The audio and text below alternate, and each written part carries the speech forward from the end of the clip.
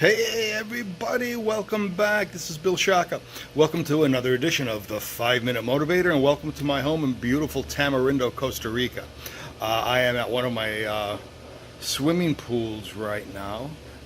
This is a lovely place to exercise, to chill out, to just relax. And this is one of the pools that I use every single day just to try to stay in shape. It's a wonderful, wonderful, stress-free place.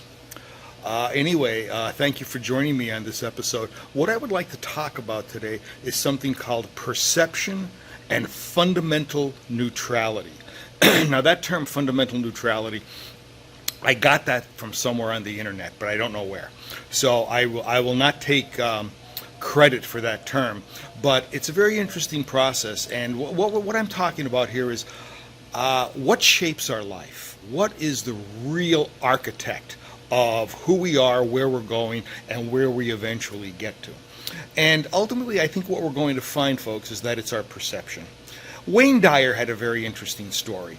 Years ago, he said, if I was talking to a physicist and I asked that physicist, what types of energy are coming into my body right now? The physicist would say, well, there's auditory vibrations coming into your body. That's how you're able to hear me. There's photons, visual vibrations coming into your body. That's how you're able to see me. Maybe you're feeling different vibrations or different things occurring. That could very well be happening also. That makes sense from a very strict scientific method.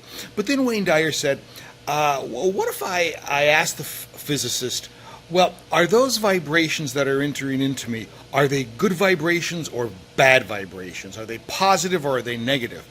The physicist wouldn't have an answer, because ultimately the information that enters your body is neutral in terms of its ability to persuade you in terms of one emotion or another.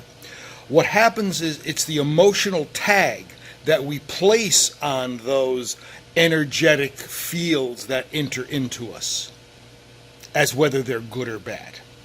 And Wayne Dyer was fairly illustrative in that example. And I could actually go a little bit further with that. I want you to picture three people along the side of a road getting ready to cross the street. And a car is coming up on the road and kind of swerves toward the curb. And all three people fall backwards because they were worried about getting run over.